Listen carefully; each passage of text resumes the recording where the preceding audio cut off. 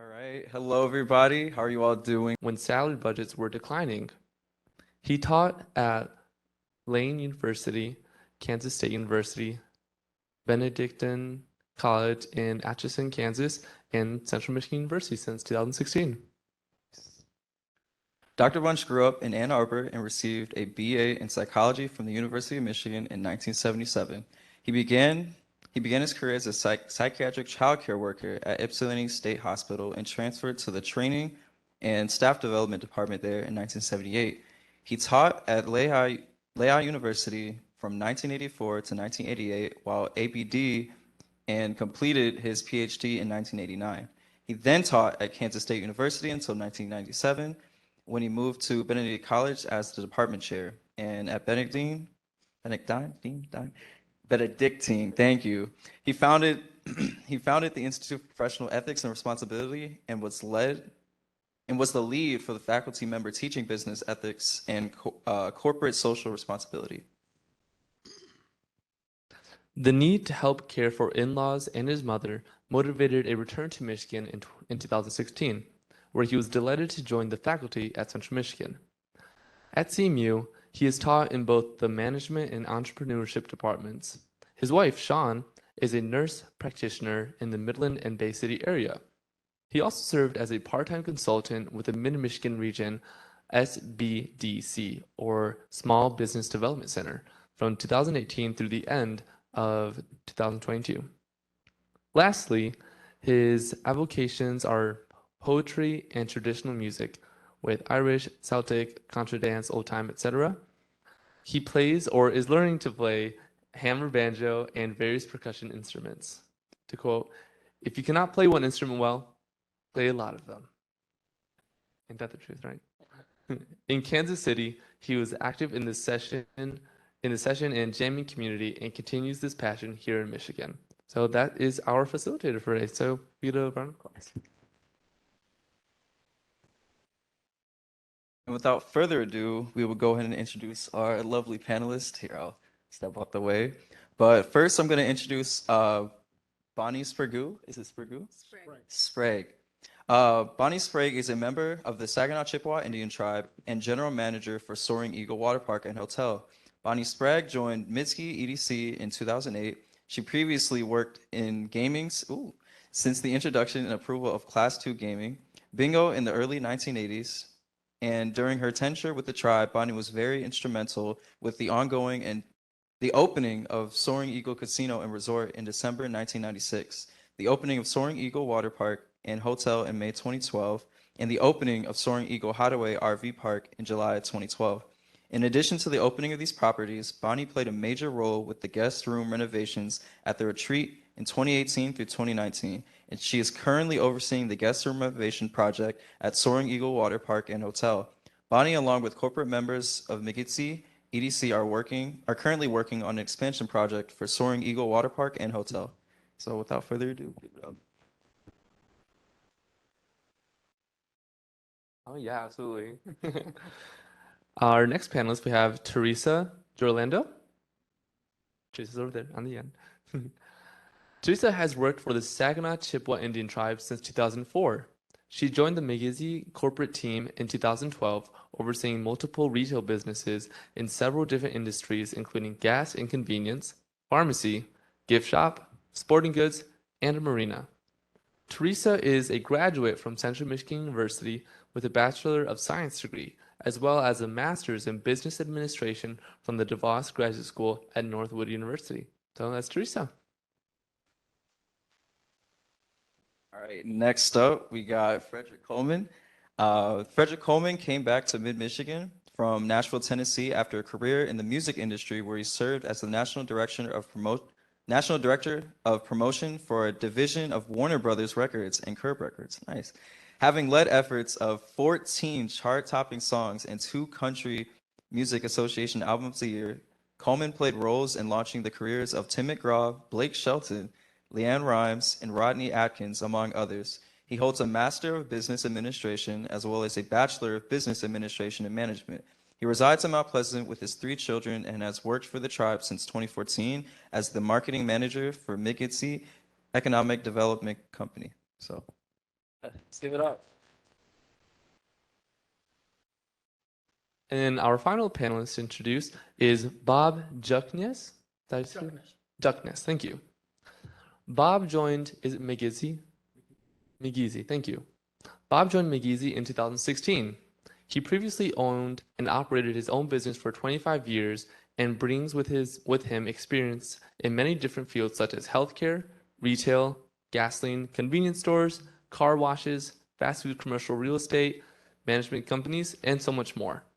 Bob has shown to be an award-winning executive leader with deep experience in driving exponential growth and profitability by developing and communicating a clear strategic vision, exemplary execution, and continuous improvement.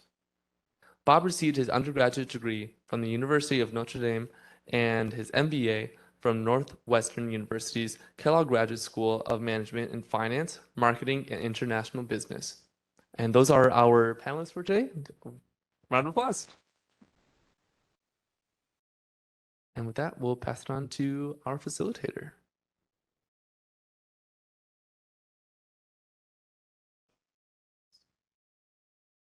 I suppose I have to have the mic, but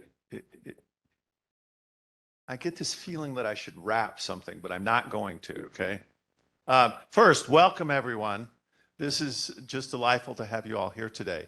And thank you all for coming as audience members. I think we probably should start out by having each of you, if you would, describe in a little bit greater detail what your area is that you're responsible for in the Migizi Economic Development Group and how all of the pieces fit together, if you could. All right. Teresa, we can start with you. I am the area manager of retail operations for Migizi, so I oversee the non-gaming retail, which includes 2 gas stations, Cardinal Pharmacy, and the water park retail. We previously also had a sporting goods store and a marina, which both are still within the tribe, I would say, as properties. They're just being utilized in a different capacity now. Second part. Just tell us a little bit about how retail operations fits into the larger picture. Gas stations, obviously everybody needs gas, right? So at the gas stations, we have fleet cards. All the tribal businesses fill up there. We offer discounts within the community for fuel and tobacco for our members, resident tribal members. We have our pharmacy that is open to the public. Anybody is welcome, but we do offer incentives for anybody that has the tribe's insurance to come and utilize that at a discounted rate as opposed to going to Meijer or CVS or something like that. And then within the retail with the water park, work closely with Bonnie and other team members there to ensure that we're offering what our guests want and need. And just out of curiosity, because you have the pharmacy in that retail area, is there a walk-in clinic or a healthcare clinic associated with Not the tribe? specifically with our pharmacy, but there is the NIMKI clinic Mhm. that is also, that's for tribal members. Okay, They can that's, utilize and then obviously that would help with the pharmaceutical operations as well. For specialty, yes. Okay. Otherwise, they also have a pharmacy Oh, they do? because it's Okay. 340B, so it's technicality stuff. Okay, At 340B. okay, excellent. Bob? So I started in 2016, and when I was hired, there was some challenges with the businesses in the portfolio. And it was my job to help to define a strategic vision, execute that vision, and realize economies of scale, even though we have businesses in multiple different industries. So what we did was we first took a look at the culture of the organization. And I'm not talking about the culture of the Saginaw Chippewa Indian tribe. That's sacrosanct, you know, and that's part of who we are. I'm talking about the culture of the business. And when I started, the culture of the business was more of a top-down dictatorship, I would say. And it's my belief that employees are the most important asset, most valuable asset of the organization. So we form the culture of the business around that statement and develop programs in order to induce our employees to want to work for us, and then to have them develop habits based upon what we wanted to see in the business. Once we changed the culture, we started to cross-train and we started to draw the businesses together so that they weren't siloed. And so I just kind of oversee that. And now, with the leadership team, we execute our plan on a year-by-year basis. And you're the CEO, but more of a coach. Yes, Okay. Excellent. Excellent. Welcome. thank you. Great to have you on. Great to be here. At the table. And Bonnie, what an amazing history. I'll share a little bit of our conversation before they took the stage. Bonnie was instrumental in actually creating and starting Soaring Eagle as a casino. And she looks way too young to be part of that story. But if you could tell us what you do at the water park and how that fits into the whole I'm equation. a proud member of the tribe and been with the tribe for 38 years. I began in gaming in the early stages of in the early 1980s. Our tribe sent 6 of us out to Hollywood, Florida to learn a little bit about Class II gaming. Hollywood, Florida, the Seminole tribe was the first tribe in the U.S. to introduce Class II gaming. So we went down to learn the roles and the game itself, met with their legal team, came back to bring it back to our tribal council. And it was actually brought to the table by my aunt, former Josephine Jackson. Long story short, she knelt on her hands and knees and prayed to God that if gaming was intended for the Saginaw Chippewa tribe, it would happen. And if not, she would speak no more. With a $500 investment, this is where we are today. Wow. I am very proud to say that it's been a learning experience, not only from the bingo era, but going into blackjack and poker and slot machines. I am the general manager of Soaring Eagle Water Park and Hotel, which was formerly the Holiday Inn. The tribe purchased that facility in 2008. After looking at a plan to renovate the property, it was decided right out that the building needed to be demolished due to asbestos. So I created the business plan for the future water park and hotel, and we opened our doors in 2012. At the same time, I was given another project to open Soaring Eagle Hideaway RV Park with no RV park experience. I had met with our council and told them that I didn't feel comfortable in doing that because I wasn't very up to speed with RV parks. And they said, we have all the confidence in you. So 2 projects were done back to back. The water park in May, we opened. And then in July, I opened Soaring Eagle Hideaway RV Park. That year was a learning experience for me. We bought a camper, and every weekend, me and my husband would go camp and take pictures and notes and all of the things that came with camping. So we now have Soaring Eagle Hideaway RV Park. Our property, as I said, opened in 2012. It features 243 guest rooms, 15,000 square foot indoor water park, a family restaurant, a food court, birthday party rooms, meeting space, the arcade, which is managed under retail gifts shop, which is also managed under Teresa. And then we also have a new sensory room. Our property is certified as an autistic center, so we are the first water park in Michigan to be an autistic center. And we also work closely with MMI of Michigan. Our partnership with them developed 2 years ago when they reached out to us in needs of an employer for some of their students. Looking at the options on the table and knowing that my team is just like me, we are very compassionate leaders. And it was our goal to take the proposal and actually develop that inclusive workforce for their students. In 2022, just a few months ago, we received the 22 Apex Award for the Outstanding Employer of the Year. To date, we have hired 7 of those MMI students on payroll. They are part of our team, and our continued success with that partnership evolved into more growth and more experience for them. So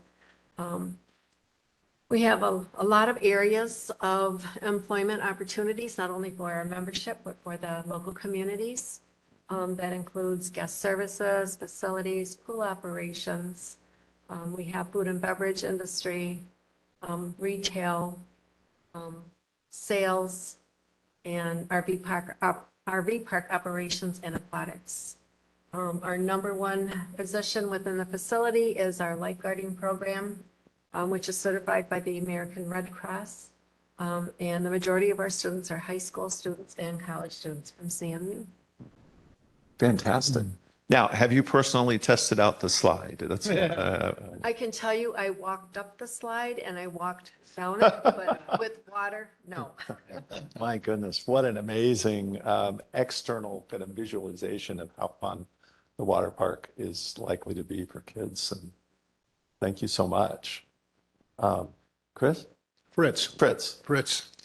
Good German name. So I am the marketing manager for the corporation, Migizi Economic Development Company, that oversees all of the businesses. Do I have any marketing or business peeps that are here with me? Yes, my people. Yes.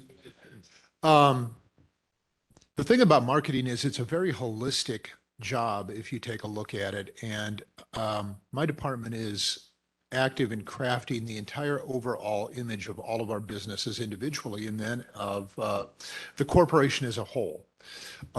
We handle all of the advertising, television, radio, traditional media, as well as our digital campaigns. We work with an agency out of Grand Rapids in our traditional media buying, and we work with a certified Google partner out of Chicago that handles all of our digital buying for us, all of our Google ads, our Facebook ads, things like that.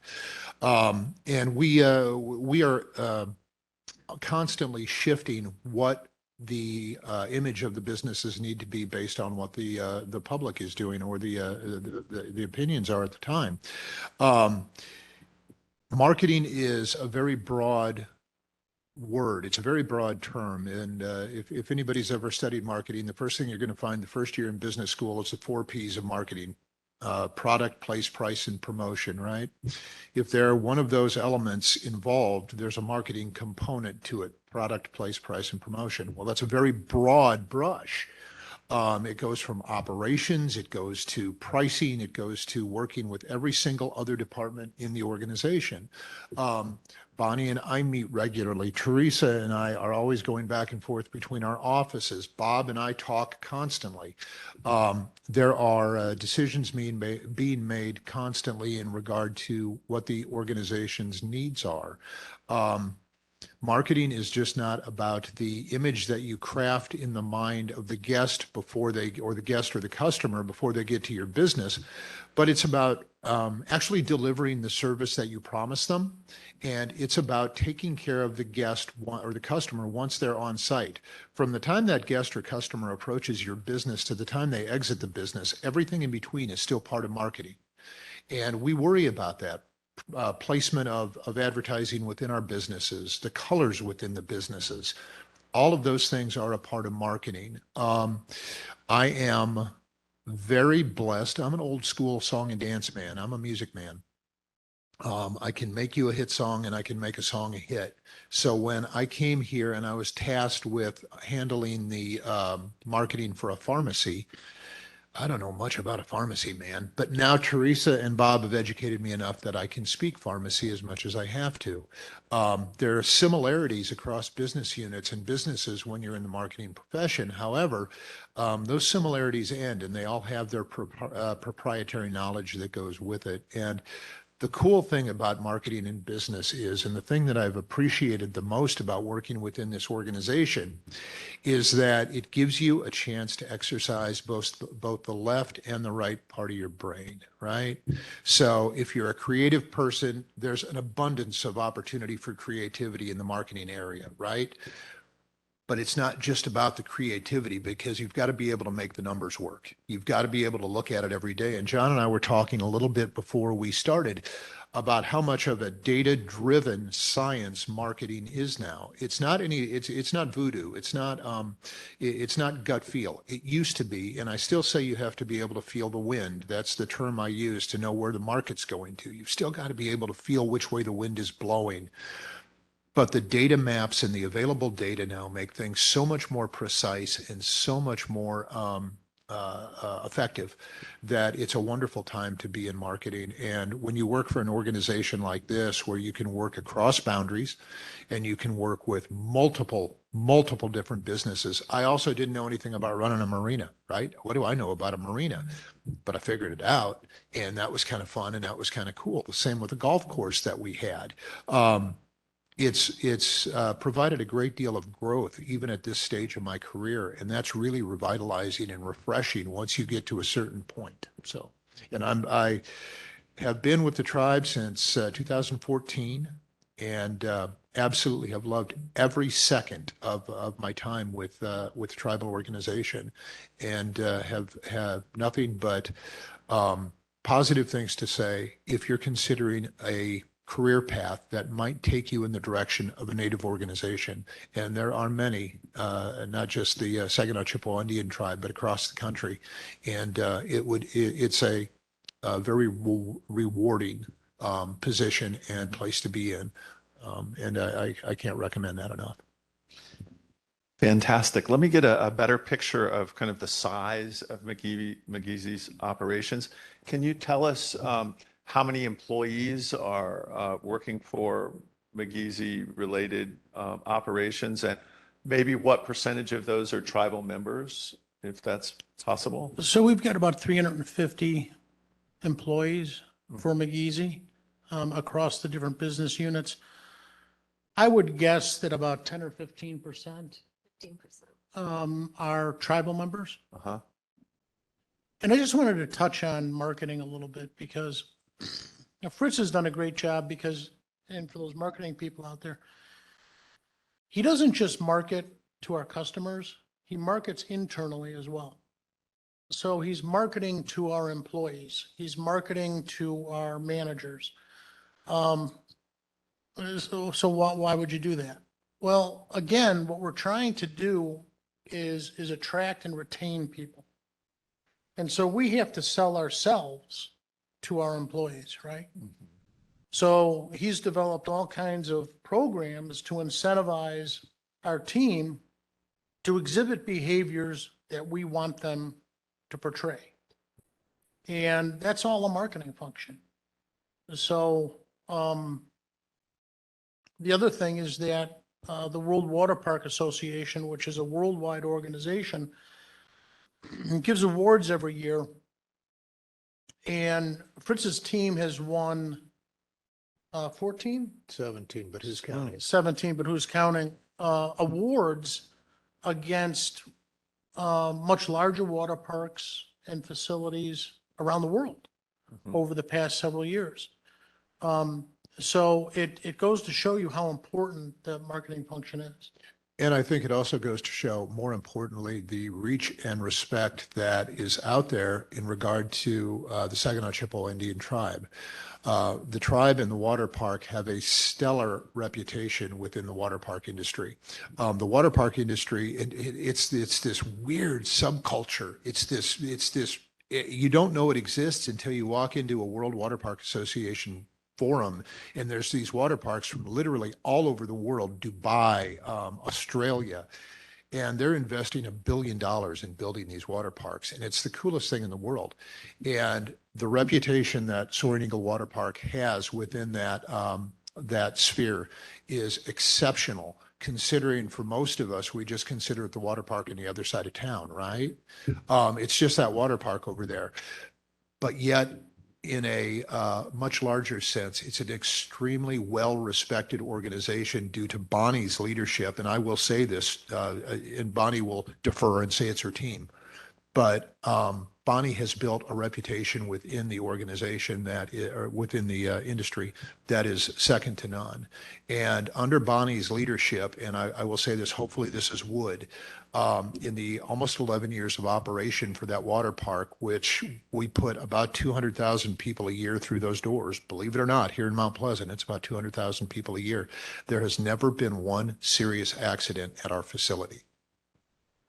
Well, and I also think that as we take a look at marketing, a big part of marketing is involvement in the community in general, right? And Bonnie was named as Person of the Year last year. 2020.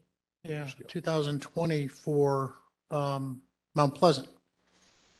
And it's because of her involvement in charitable organizations. I'm sure Bonnie will talk about it, but the water park does a lot of charitable food drives and things of that nature. But being involved in the community is vitally important for us, not just from an employment standpoint, but from a customer and giving back to the community. So Migizi is a management company managing all of these ongoing operations and an economic development group, which I always think is future focused. We have a lot of students here at CMU that have Native American heritage and identify as Indigenous. How would they think about Migizi as a resource? Let's say that I have a student that's really excited about a business idea. Would they come to Migizi and say, hey, I'm really excited about a business idea, and maybe they're a tribal member? Would Migizi be a good place to get assistance and help? There are tribal how- members that do that regularly. We have conversations with many tribal members in regard to ideas that they bring to us. But Bob? Yeah, look, our first priority is to the Saginaw Chippewa Indian tribe. Right. So when we're going to expend our resources and our time and our energy, we're going to first look to tribal members from Saginaw. But we've had, like Fritz said, a lot of people come to us with ideas because they might not be a sole proprietorship. It could be a joint venture where it might make sense for the tribe to get involved, for Migizi to get involved and that type of thing. And so we look at those types of things and we do give advice and we take a look at their business plans and, all that good stuff that comes along with a new venture. And we try to put some color behind whether we think it's going to work or not work and the reasons why, how they can improve it and go to market. So it starts with a solid idea, and then you can have a conversation Yes. with them about what their ideas are and how they would fit in to your kind of business model Right. overall. Correct. Okay, great. Can you all give us some advice about how people who have a Native American Indigenous people's heritage can take advantage of that? Specifically, are there any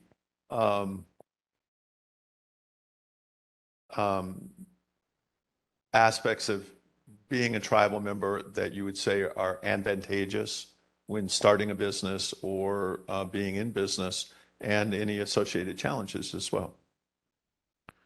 Well, I think first of all, you have to kind of differentiate those buckets, right? So first there's an employee bucket and Migizi, as well as the rest of the tribe, has a tribal preference So if you are a member of any tribe, you have a preference in hiring. Mhm. So obviously that's a positive.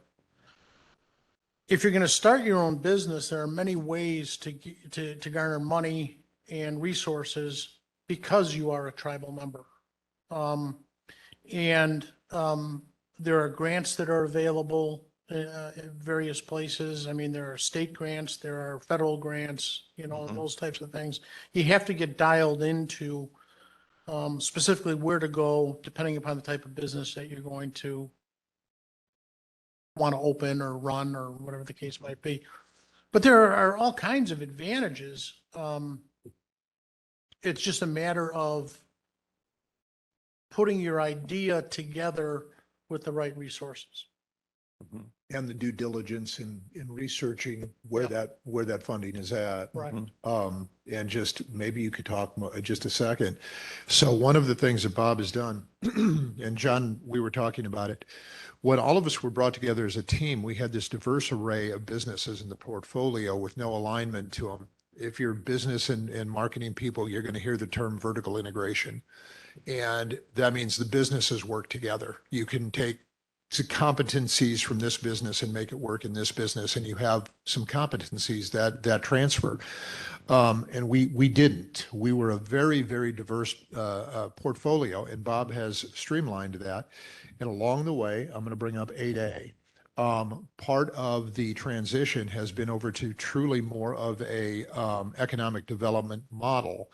And that includes government contracting. There are substantial advantages out there in the marketplace to Native American organizations as government contractors. And Bob has brought us in that direction. And you want to explain a little more about that? Yeah, so any Native American can really form either a small business or an 8A organization. 8A is just the term that the government uses for the type of organization that you are involved in. And in this particular case, it's a minority-owned firm.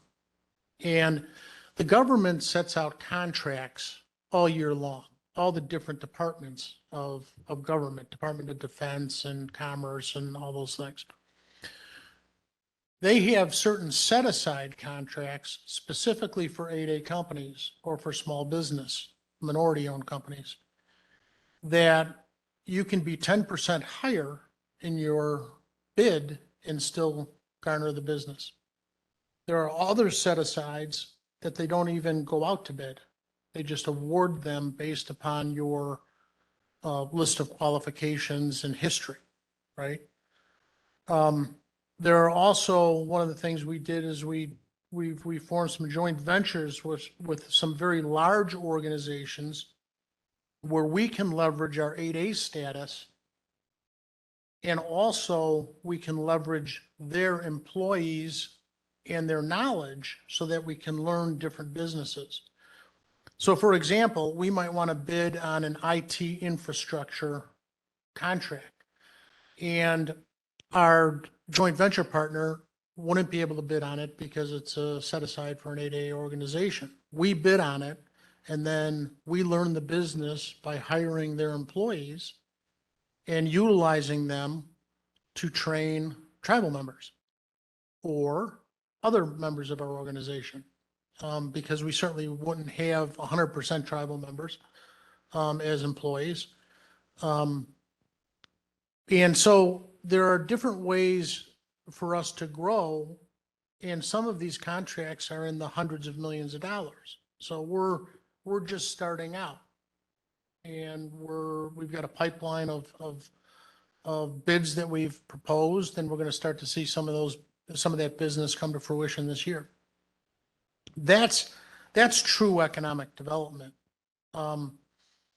The current businesses that we have when I first started, that's more business development, right? They're operating businesses. How do we streamline them? How do we get economies of scale? How do we become more efficient at what we do? That's more business development. So Migizi is really both business and economic development. Let me address Bonnie directly, your experience as a tribal member and your background growing up in the tribal community, how has that affected and laid the groundwork foundation for your success? And does it affect your management style as you're involved in ongoing operations? Growing up in the tribal community, my mother was a member of the tribe. My father is a non-member. So I had that unique upbringing of being in both cultures, Hispanic and Native American. When we moved up to Mount Pleasant, as I was probably about 12 years old, it was a little different moving here because I was raised in a different culture, different society than the girls and the boys out on the reservation. So it was a learning experience for me to go through a lot of that. There was a lot of segregation between us. I would be told I was living in Chimokman world, which the white world, because I didn't live on the reservation. It was really hard to take all of that in when I was raised as a blue-collared child. It took a while to gain confidence within the community, and as I gained that confidence, I always strive to work and do better, and that was my goal. I became a full-time employee at the age of 18. It was a lot of leaving my friendships behind, staying away from the party scene, being that well connected to the workforce was a goal of mine. I began to learn to be compassionate, as my grandmother had always taught us, giving back to our community as my mother taught us, and taking those traits and bringing them into the workforce. When I joined the Holiday Inn team, I was very new to them, didn't know anybody in that group, and I thought I made the biggest mistake of my life. Coming from gaming operations of 23 years, I was used to working with a lot of tribal members and other members of the community, and it was a totally different venue. I almost was in tears that night, not knowing what I got myself into. And I thought, okay, I've got to do something to make this better. So my first thing on the agenda was to be able to meet everybody and learn more about them. So it was bringing that compassion in, learning about them, getting to know their families, getting to know their hobbies and different things of that, which led that team to develop and grow to be that compassionate leader, giving back to our community. And that's always been something that our team has, it's been our goal. So not only being named the Citizen of the Year for Isabella County, that wasn't only an award for me, but it belonged to my team as well. That has always been our goal, and it continues to be our goal. But those were traits that I learned as a young girl, and to bring those into the workforce actually benefited all of us. Fantastic. Bonnie always practices the grandfather teaching of modesty, but she was also named the IANTA Business Industry Professional of the Year just over a year ago as well. And that was a national award that was given to Bonnie. So it was. Congratulations. I have one more question, and then I would like to open the discussion up to questions from everybody in the audience, if you don't mind. And my question is, the gaming side of business out in the tribal area is a big part of Mount Pleasant and tribal operations.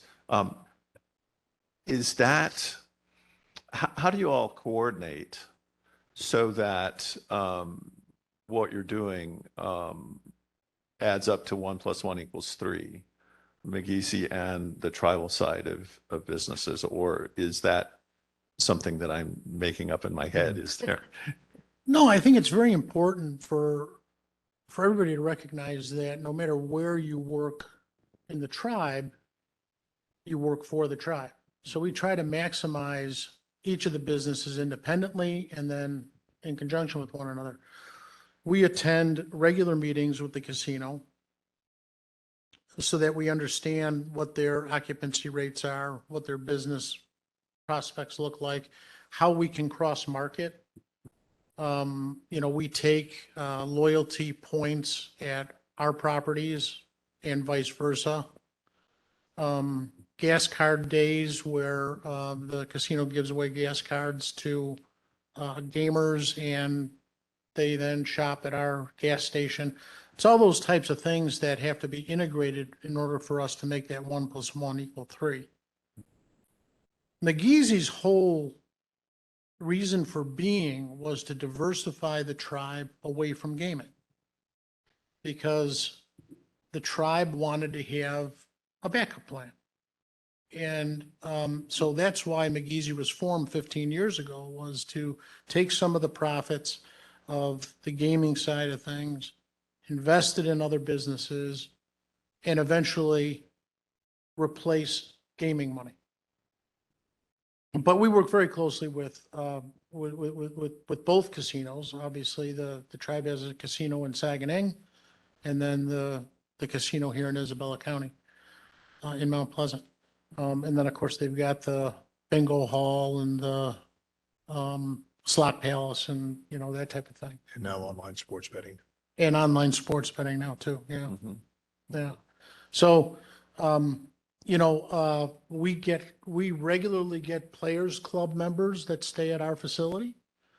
And we have some of our customers that stay at the casino.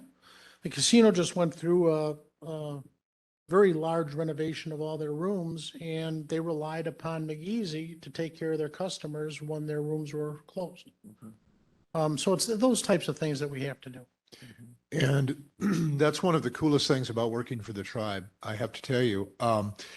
If you're considering a career path that takes you in the direction of the tribe, you have the opportunity to experience so many different things, because if hospitality and family entertainment isn't your thing, you have the opportunity to work across the aisle over in gaming, because that happens a lot in both directions. Casino, people will go to work over at casino. It doesn't work out. It's just not what their deal is. And then they come to work for us, or vice versa.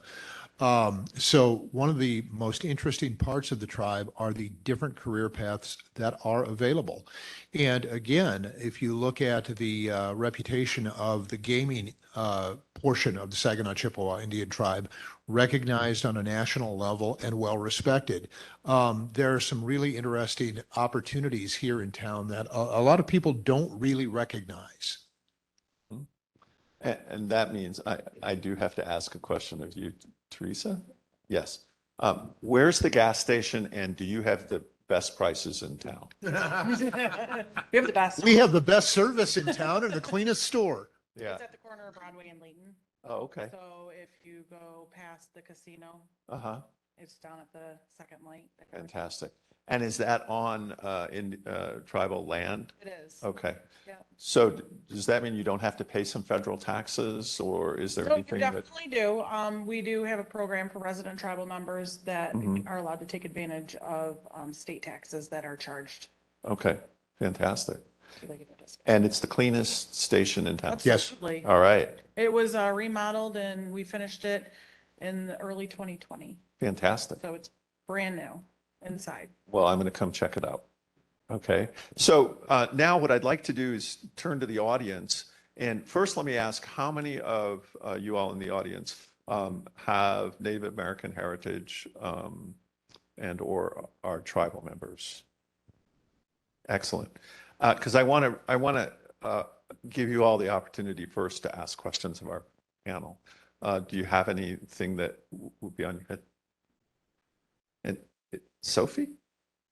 It's so good to see you again. Yeah. My name's Sophie Manitowabi. I'm a a entrepreneurship major and a management minor here at CMU. I also graduated from the tribal college here with my associates in business. My question was if you guys had any like opportunities for non-tribal members from the Saginaw Chippewa, because I'm not Sag Chip, I'm from the UP, Hannibal. And I just wanted to know if like, say if I had like a business idea and I don't want to move home and, you know, like run the business up there, like, is there any opportunities for me to like come to you guys for like, you know, like funding or anything? Well, I think that, yes, is the answer. I mean, we look at a lot of different deals, right? And being Native American is a plus because we like to do business with Native Americans. But if you had an idea and you wanted to bounce it off us and you had a business plan that made sense, certainly we consider everything. So one of the things, I'm really glad you brought that up because one of the cool things is that the tribe's preference hiring policy also includes descendants and members of other tribes. So it's, while obviously the focus is on the Sag Chip tribe, right? It still provides opportunity and growth potential for members of native members of other tribes. So. Hi again, my name is Colleen Green. I do have a question in regards to that as well. Here at the university, we have a lot of different majors and minors for our students. So what are you looking for when somebody's coming to you to look for a career? I see that, you know, you said you have 15% Native Americans people working for you, but you also have the additional non-natives that also work for you. So what are you really looking for? What majors are you looking for? Do you have internship opportunities for our students? Well, we certainly have internship opportunities. What are we looking for? We're looking for dedicated people who are passionate about what they do. You ask what majors are we looking for? It depends on what job they're trying to aspire to, right?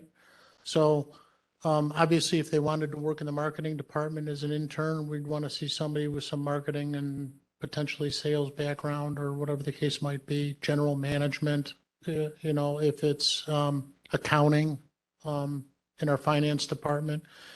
You know, we've got a finance department, we've got a marketing department, we've got an HR department, and those departments serve all of Migizi. So depending upon what you're interested in would be what we would be looking for. But when we post our jobs, they have what the minimum requirements are. And the way that our preference policy works is that if you have two individuals, one's Native American that meets the minimums, and one that is not Native American, and maybe they're even a better candidate, is the Native American still gets the position. So that's a big advantage. It's a huge advantage. And a great opportunity.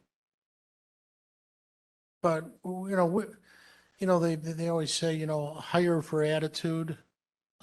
We can train people, the skills necessary in many jobs, and we kind of aspire to that type of philosophy. We want people who want to be there because most of our businesses revolve around our customers.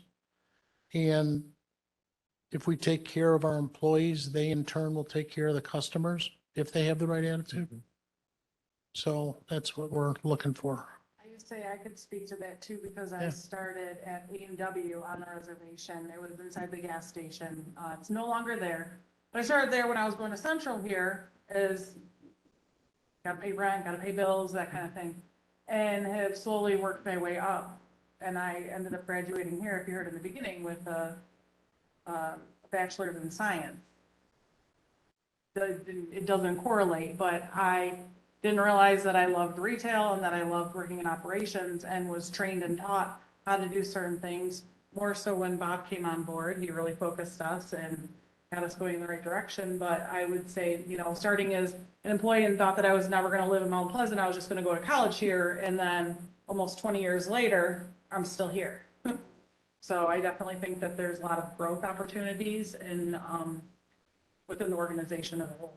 And like I had talked about, where the opportunity exists to move between business units, excuse me, just an example that I always love to use is one of the people that I work with, and if I had my way, would be my chosen successor if I quit or get hit by a bus tomorrow, is a 34-year-old female who was the third shift night auditor at the front desk of the water park 6 years ago and interviewed with me, and she's brilliant. And it's truly what Bob touched on is really the key to it. Look, you all are motivated people. Otherwise, you're not sitting in a university lecture hall at this time of day on a Tuesday.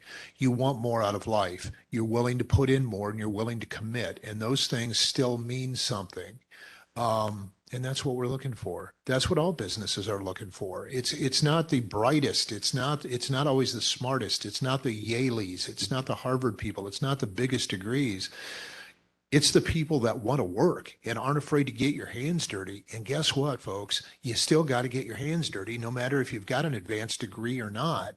And if you'll do that. And the word that Bob used is passion. Okay. If you've got passion for not only yourself, if you look in the mirror every day and go, I'm worthy of success. But if you look at your organization and you say, you know what? I really feel good about contributing my time and talents and gifts to this organization. Man, sky's the limit. The sky is the flipping limit and you can do it. Don't ever I grew up in a town in northwest Iowa of 600 people. When I left high school, I had a GPA of about negative 1.9. I ended up being able to work on 2 Hall of Fame careers. I've stood on stages in every major frickin' basketball arena and stadium in this country. Because I just was willing to work harder. And it's not because you guys can do exactly the same thing. Exactly. It's up to you. It's in your hands. And in return, the organization has a duty to provide back to you Yes. as employees. So what does that mean? That means training. It means encouragement. It means proper goal setting, coaching, Safety, safety, equitable treatment. those types of things, because without that, you're not going to be happy. So it works both ways, right? I think that the way we've set our organizational structure up, as Bonnie was saying, is that we get to know our employees, because gone are the days that everyone is motivated by the same thing, right? Some people are motivated by money, sure. Some people want a kind word. Some people want time off. Some people want flexibility.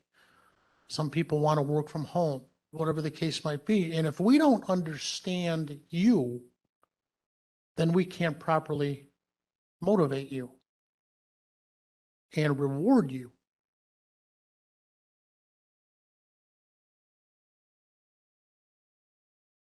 Thank you. Hello, my name is Summer Baldwin. I work for the Office of Native American Programs, and I wanted to also, for members of the audience, because this is Colleen Green, she's our program director. My question is kind of going to tie in with Colleen and with you guys. I was curious if there's any mentorship programs or opportunities, and if there are, who would someone contact, or would we use the Office of Native American Programs as kind of a liaison to coordinate any future efforts for mentorship opportunities? So I think the mentorship opportunity is kind of closely aligned with the intern program. We have a number of different departments that are willing to take in those individuals. And we look at the internship program as a mentor type relationship. Bonnie, do you? We've had internships throughout the years at Soaring Eagle Water Park and the RV park, and it depends on budget. You know, if we have the budget available to take on an internship, we just get approval through Bob, our CEO. I've had 3 of them done. 2 of them were through the RV park, and 1 was through the water park and promotions. And I can tell you, those individuals were very, very dedicated to making that commitment to be in there for us, working weekends and holidays and sometimes even nights. I know 2 of them became very successful managers. 1 works for the Detroit Tigers. So when we go to games, she's always saying, reach out to me. I'll bring you some free Detroit things, you know, for your families. And another one is actually a manager down in Detroit area as well, working on the marketing. So those mentorships and internships do work hand in hand, and we encourage them if budget permits us to do so. Okay, that was going to be my questions if it was paid. Yes, and some of those, we've had some that have come through just to put in hours in a marketing field or in guest services, so it depends on the degree. Who would we reach out to talk about an internship? It would be a direct contact through Migizi HR, and then they would get a feel of what you're looking for, and then they reach out to management. Okay. Kevin Humphreys. Kevin Humphrey? Okay, There's a website. Yes. okay. Yeah, I'm familiar with the website. I used to work at Dagmar. Oh, okay. Thank you. We appreciate your service. Other questions from the audience? And by the way, don't discount. When I was younger, I participated in mentorship programs that were not paid because I wanted that knowledge. So don't discount that, you know, because it's much easier to find a program if it's unpaid, if you really want to do something. The question that I had is for undergraduate students who are looking into getting, or who are into like business management, marketing, etc. What experiences should they be looking for in their early and times of their undergraduate like experience? Any and all. Yeah. The thing about it is, you have specialists that are out there, right? They know exactly one business unit. The trick is to be able to run a lot of different businesses and apply the same principles across them. Diversity isn't just a word used for other you have to have a diversity of experience as well, okay? And some of it sucks. You have to fail, and you have to take one of my first things that I had to do when I was a traditional student was hand out these promotional cards at a mall to people. And I dreaded it, man. I was out in that place for a week asking people if they wanted these cards, and it's not fun. But you know what? I learned how to talk to people and not be afraid to approach people. And even though the experiences may not be your favorite, they will pay off. They absolutely will pay off if you're willing to do the work. Get into statistics. If you're avoiding a stats class, take the stats class. If you think that you have an interest in data analytics, get into data analytics, okay? There's huge markets out there for it right now, and it will pay off for you. There are no boundaries. You need to have a very wide experience base. Let yourself have them, and some of them will stink, but some of them are going to be super cool, and I promise you that. It also helps you to determine what you really like to do. Mhm. Because you may have an idea that, oh, I'd really love to do this. He was going to be a dentist. And I was in pre-med at Notre Dame and got to organic chemistry and promptly flunked out. So I went to business. But you don't know what you like until you do it, right? See, that's the difference between generations, because what Bob touched on earlier, you know, some people are motivated by money. My generation wanted the big house, the BMW, and all the cool stuff. That was my generation, right? That's changed now, and it's more about experiences. So it's the same thing it's the same thing in your career path. Allow yourself to have the experience. Just allow yourself to do it. It may not be the most fun thing in the world, but allow yourself to understand that and embrace it. And at the end of it, complete it, walk away and go, yeah, I'm not doing that again. Or you may walk away and go, you know what? I didn't expect that, and I absolutely loved it. I have one question for Marina and then one question for Fritz. Excuse me, Teresa. Teresa. What is a marina? What is a marina actually? I don't know what that is. Oh, okay, That was funny. big body of water, right? Mhm. Lake.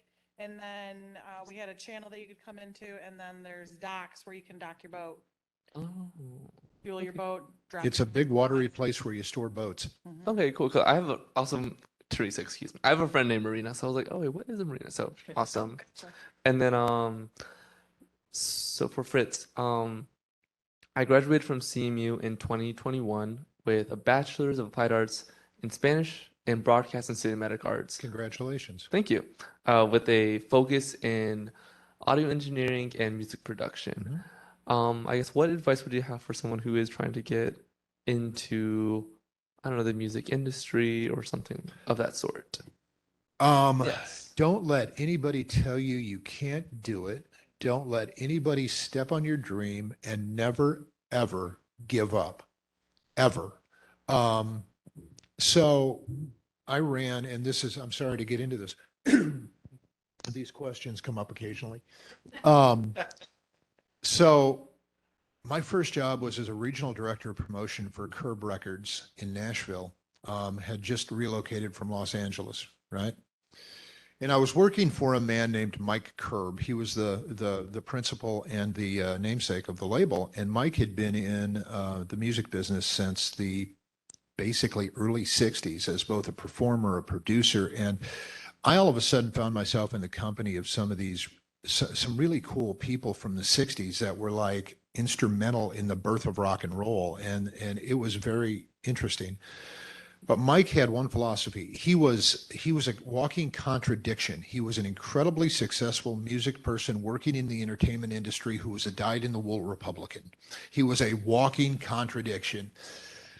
But his philosophy was exactly this. If you stand in the street long enough, sooner or later a truck will hit you, which means if you don't give up and you stay committed to it, sooner or later you will find success. You've got to go to where it is. It's not going to be in Mount Pleasant. It's probably not in Detroit. It's probably in New York, Los Angeles, or Nashville.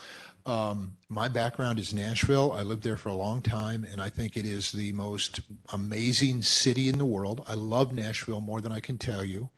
And if you had to do that, my middle child she's being trained as a classical musician down at State.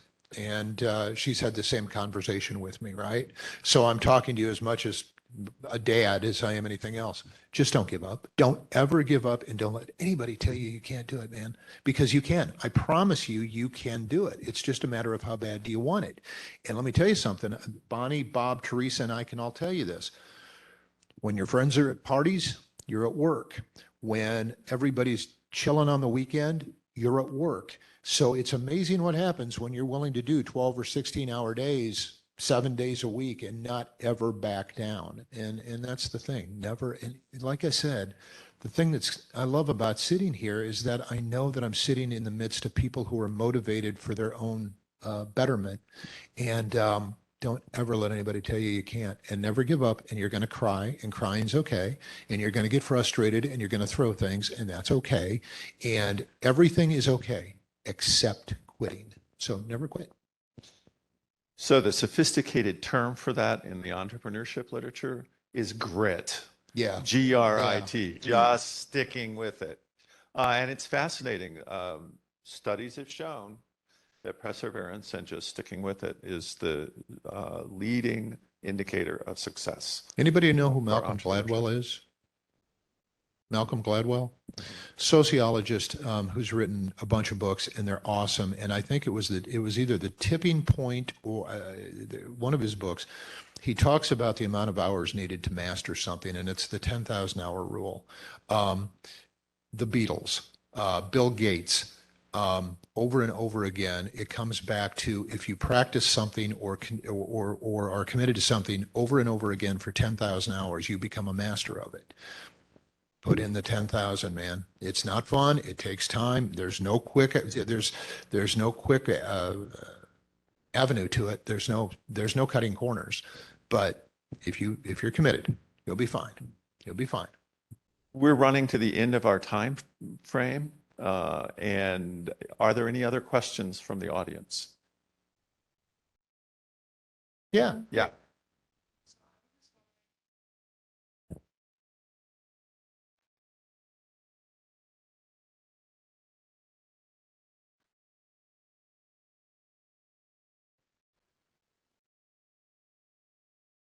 Communication, emotional intelligence.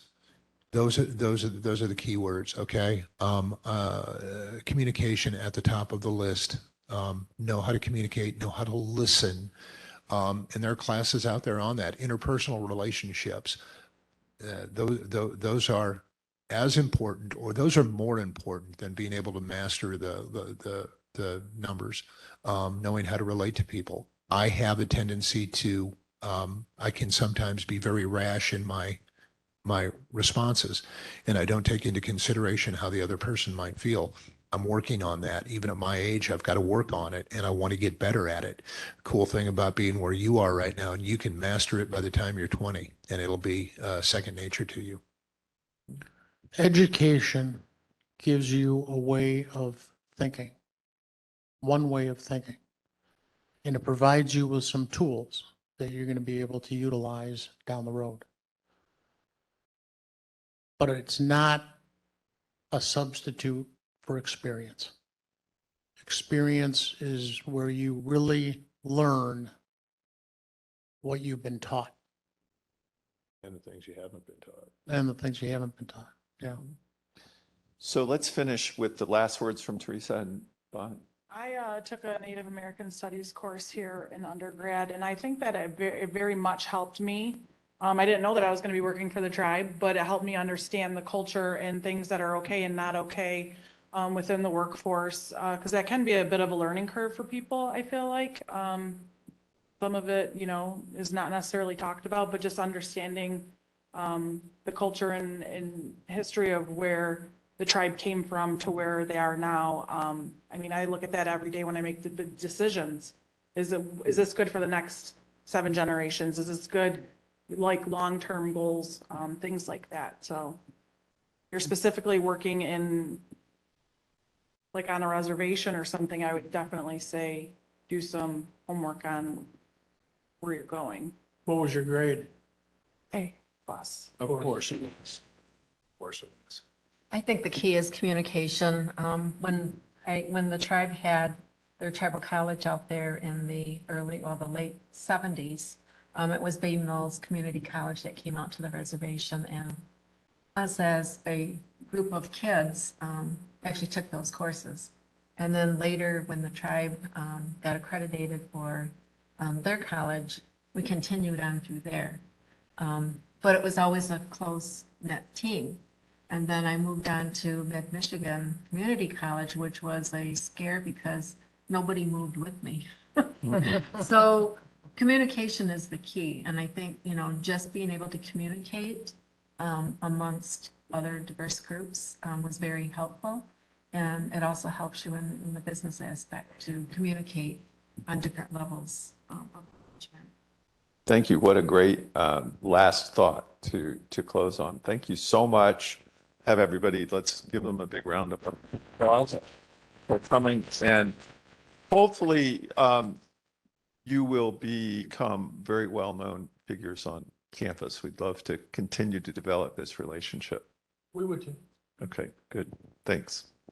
Thank you. And thank you all for coming.